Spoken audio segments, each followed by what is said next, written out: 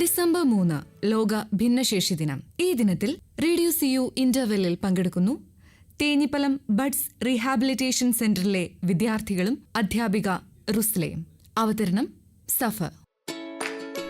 നമ്മുടെ ജീവിതത്തിൽ നമ്മൾ ഒരുപാട് ലക്ഷ്യം വെച്ച് മുന്നോട്ടിറങ്ങുന്നുണ്ടെങ്കിലും പാതി വഴിയിൽ വെച്ച് നമ്മുടെ ആ ഒരു ആവേശവും ഒരു സാഹചര്യത്തിൽ നിർത്തി പോകുന്നുണ്ട്. എന്നാൽ പരിമിതികളെല്ലാം മറന്നുകൊണ്ട് പഠിക്കണം, വിജയിക്കണം എന്നുള്ള ലക്ഷ്യത്തോടെ ഒരു കൂട്ടം വിദ്യാർത്ഥികൾ നമ്മുടെ ഈ ക്യാമ്പസിന് തൊട്ടടുത്ത് ബഡ്സ് റീഹാബിലിറ്റേഷൻ സെൻറ്റർ തേഞ്ഞിപ്പാലത്തിലെ വിദ്യാർത്ഥികൾ ഇതാ നമ്മുടെ റേഡിയോ സിയിലെ ഇൻ്റർവെൽ സെക്ഷനിൽ വന്നിരിക്കുകയാണ്. എല്ലാവരും ഹായ് കൊടുക്ക്. അപ്പോൾ നിങ്ങളുടെ മിസ്സ് പറഞ്ഞു നിങ്ങൾ നല്ല പാട്ട് പാടുന്നവരുണ്ട്, ഡാൻസ് കളിക്കുന്നവരുണ്ട് അല്ലേ? ആരാ പാടുന്ന കാര്യത്തിൽ നാഫി പാടുമോ? റേഡിയോ CU നമ്മുടെ ഇന്നത്തെ ഇൻ്റർവെൽ സെക്ഷനിൽ ഇതാ നാഫി നമുക്ക് വേണ്ടിയിട്ടൊരു പാട്ട് പാടും.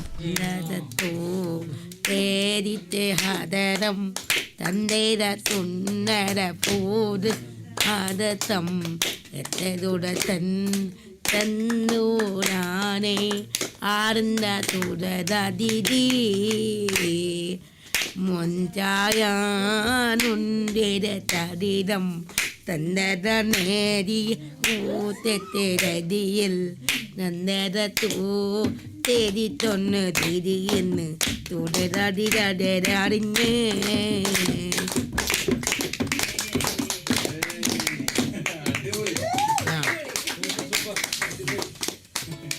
ബഡ്സ് റീഹാബിലിറ്റേഷൻ സെൻറ്റർ തേഞ്ഞിപ്പാലത്തിലെ സ്കൂളിലെ റുസ്ല ടീച്ചർ നമ്മോടൊപ്പം ഉണ്ട്. മിസ്സേ, നമ്മുടെ സ്റ്റുഡൻസ് അല്ലെങ്കിൽ നമ്മുടെ ബഡ്സ് സെൻറ്ററിലെ വിദ്യാർത്ഥികളെ കുറിച്ച് എന്താണ് പറയാനുള്ളത്? തേഞ്ഞിപ്പലം പഞ്ചായത്തിന് കീഴിൽ പ്രവർത്തിക്കുന്ന ബഡ്സ് റീഹാബിലിറ്റേഷൻ സെൻറ്റർ, അതായത് 18 വയസ്സിന് ശേഷമുള്ള കുട്ടികളാണ് ഈ സ്ഥാപനത്തിലുള്ളത്. മെൻ്റലി റിട്ടാർഡഡ് ആയിട്ടുള്ള കുട്ടികളാണ്. 29 കുട്ടികൾ ഈ സ്ഥാപനത്തിൽ പഠിക്കുന്ന കുട്ടികളുണ്ട്. മുഴുവൻ കുട്ടികളും മെൻ്റലി റിട്ടാർഡഡ് ആയിട്ടുള്ള കുട്ടികളാണ്. നമ്മുടെ ഡിസേബിലിറ്റിയിൽ 21 കാറ്റഗറി ആളുകൾ വരുന്നുണ്ട്. അതിൽ ഒരു കാറ്റഗറി മാത്രമാണ് മെൻ്റലി റിട്ടാർഡഡ്. അതുകൂടാതെ തന്നെ VIHI വിഷ്വൽ ഇമ്പയർഡ് ആയിട്ടുള്ള കുട്ടികൾ, ഹിയറിംഗ് ഇമ്പയർഡ് ആയിട്ടുള്ള കുട്ടികൾ, ലോക്കോമോട്ടർ ഡിസബിലിറ്റി, ഇത്തരത്തിലുള്ള ലെപ്രസി ക്യൂർഡ് വരെ നമ്മുടെ ഡിസബിലിറ്റിയിൽ വരുന്നതാണ്. അതിൽ വരുന്ന മെൻ്റലി റിട്ടാർഡഡ് ആയിട്ടുള്ള കുട്ടികളാണ് ഞങ്ങളുടെ സ്ഥാപനത്തിലുള്ളത്.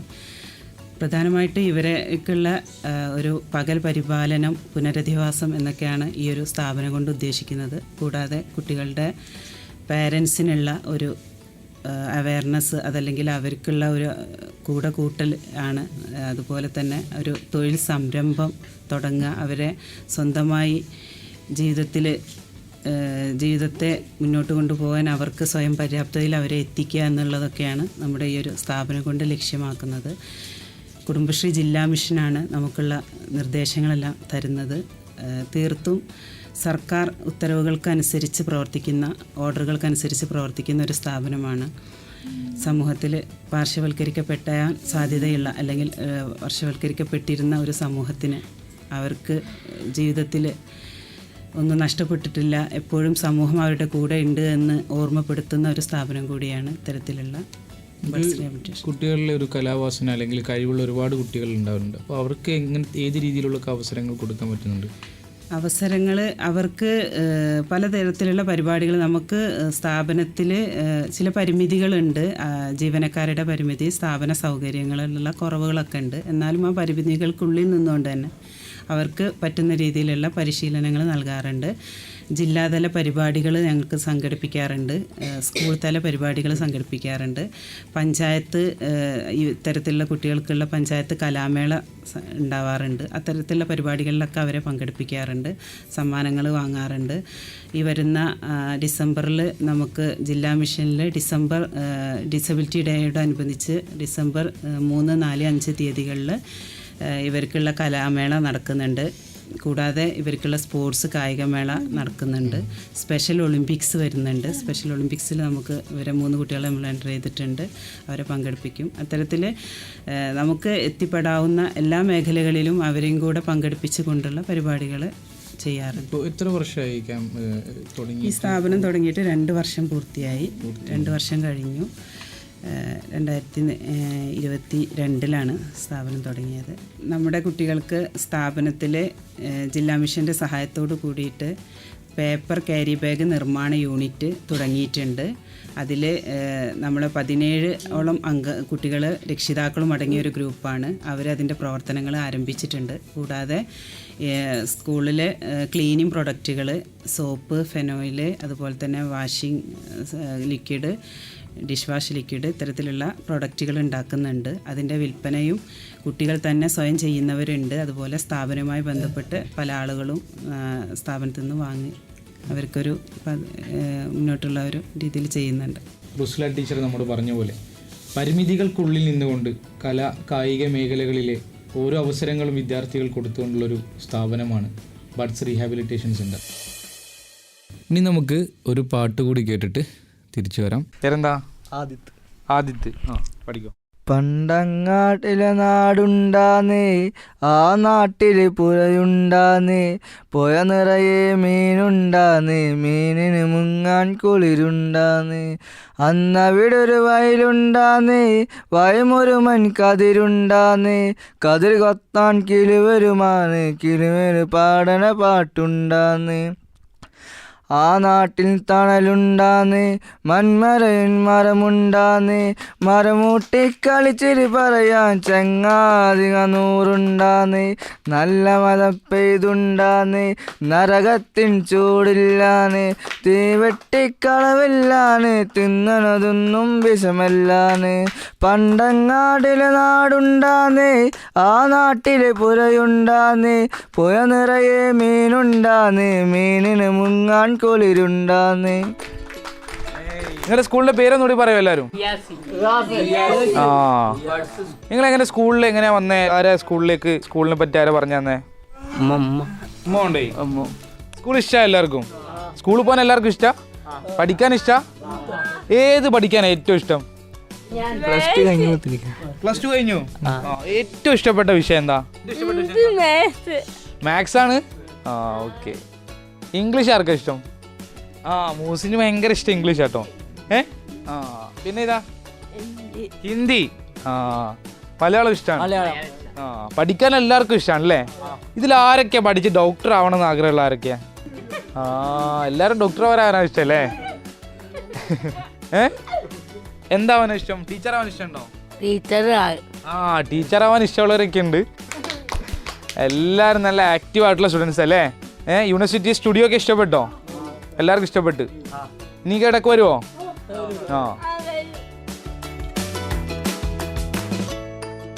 ബഡ്സ് റീഹാബിലിറ്റേഷൻ സെൻറ്റർ തേഞ്ഞിപ്പാലത്തിൽ അവിടുത്തെ വിദ്യാർത്ഥികളെ ഒരു ദിവസത്തെ ഏറ്റവും കൂടുതൽ സമയങ്ങൾ ചെലവഴിക്കുന്ന അവിടുത്തെ വിദ്യാർത്ഥികളുമായിട്ട് ഇടപഴകി അവർക്ക് ഇഷ്ടപ്പെടുന്ന ഭക്ഷണങ്ങൾ കൊടുത്തുകൊണ്ടും അവരുമായിട്ട് ഒന്നിച്ച് നിൽക്കുന്ന അവിടുത്തെ ഒരു ആയ കൂടി നമ്മോടൊപ്പം ചേർന്നിട്ടുണ്ട്. പേര് എന്ന് പറയാം? ഹലിമത്ത് സാദിയ. എത്ര വർഷമായി അവിടെ? സ്ഥാപനം തുടങ്ങിയത് മുതൽ അവിടെ ഉണ്ടോ? ഇല്ല, ഒരു വർഷം കഴിഞ്ഞു. അപ്പോൾ ഞാൻ നേരത്തെ പറഞ്ഞ പോലെ ഒരു ദിവസത്തിലെ ഒരു പകുതി ടൈമും അല്ലെ, എത്ര മണിക്കൂർ നമ്മൾ ആ സ്ഥാപനത്തിലാണ്. അപ്പോൾ ഇവരോടൊപ്പം ഇങ്ങനെ ഇൻട്രാക്ട് ചെയ്തുകൊണ്ട് അല്ലെങ്കിൽ അവരോടൊപ്പം ഇങ്ങനെ നിന്നുകൊണ്ടാകുമ്പോൾ എന്ത് വ്യത്യസ്തതയാണ്, അല്ലെങ്കിൽ വർക്ക് ചെയ്യുമ്പോൾ കിട്ടുന്നൊരു എന്താണ്? എനിക്കൊരു ഓട്ടിസമുള്ള മകനുണ്ട് അവിടെ പഠിക്കുന്നത്.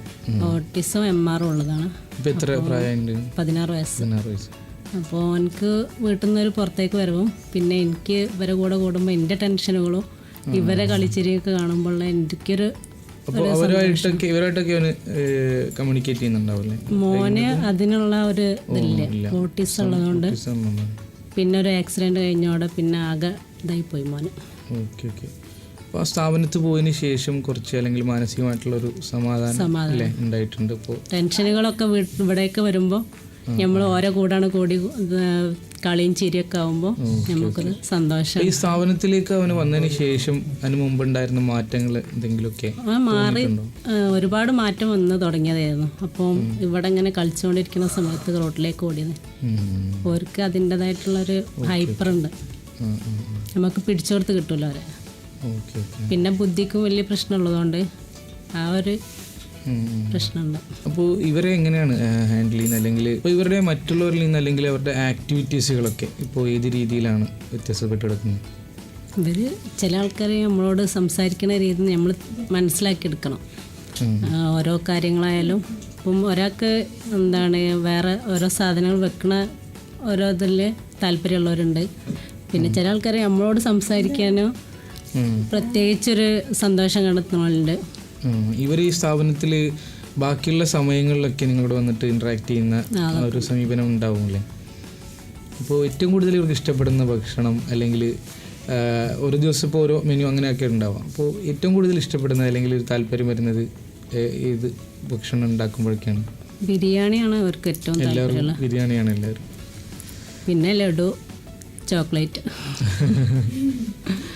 ഇനി നമുക്ക് അടുത്തതായിട്ട് നമ്മുടെ ബഡ്സ് റീഹാബിലിറ്റേഷൻ സെൻ്ററിലെ ഒരു കൂട്ടുകാരൻ്റെ ഒരു പാട്ട് കേട്ട് തിരിച്ചു വരാം.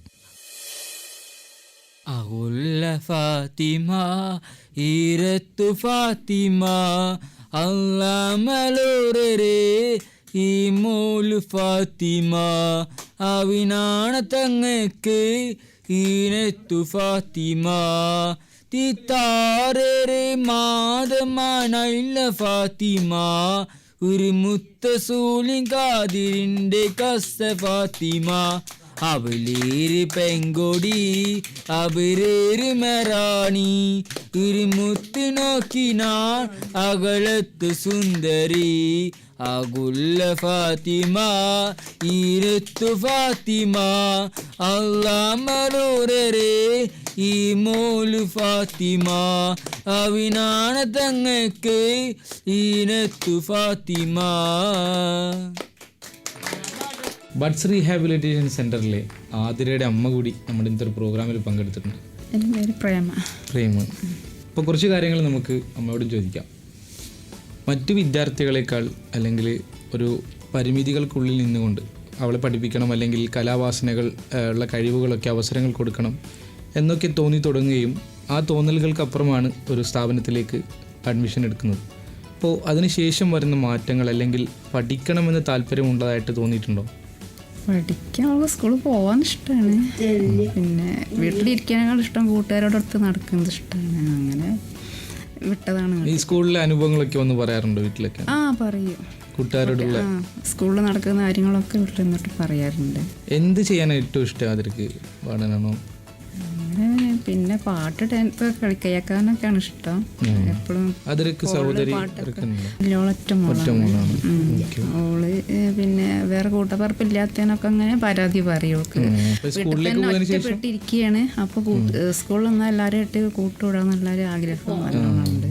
പഠിക്കാൻ വരുന്നതിന് തൊട്ട് മുമ്പും അല്ലെങ്കിൽ അവിടെ സ്ഥാപനത്തിൽ അഡ്മിഷൻ എടുത്തതിന് ശേഷം വന്ന മാറ്റങ്ങളിൽ എന്തെങ്കിലും കുറച്ച് കാര്യങ്ങളൊക്കെ? കുറച്ചൊക്കെ മാറ്റമാണ്. ഇപ്പോൾ കുറച്ചൊക്കെ ആദ്യം ഇങ്ങനെ ഒറ്റപ്പെട്ടിരിക്കുകയല്ലേ. വീട്ടിലാകുമ്പോൾ ഞാനും ഓളും തന്നെ അച്ഛൻ പണിക്ക് വരാത്തല്ലേ വരുള്ളൂ.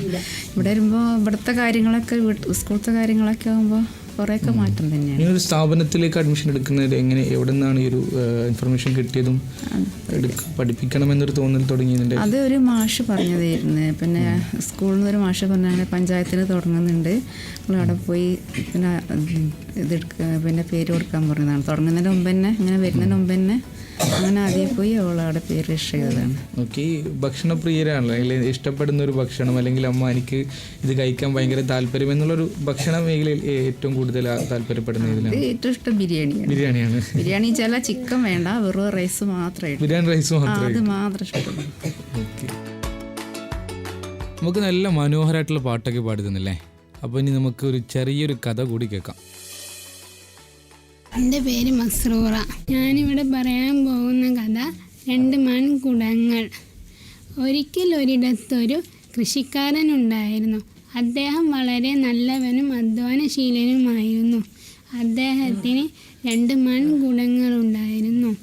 എല്ലാ ദിവസവും അദ്ദേഹം പുഴയിൽ പോയി ഈ 2 മൺകുടങ്ങളിൽ വെള്ളം കോരിക്കൊണ്ടുവരുമായിരുന്നു. ഒരു ദിവസം അദ്ദേഹം വെള്ളം കോരുന്നതിനിടയിൽ ഒരു മൺകുടം താഴെ വീണു. അതിന് വിള്ളലുണ്ടായി. വീട്ടിലെത്തുമ്പോൾ 1/2 കുടം വെള്ളം മാത്രമേ മിച്ചമുണ്ടാവുകയുള്ളൂ.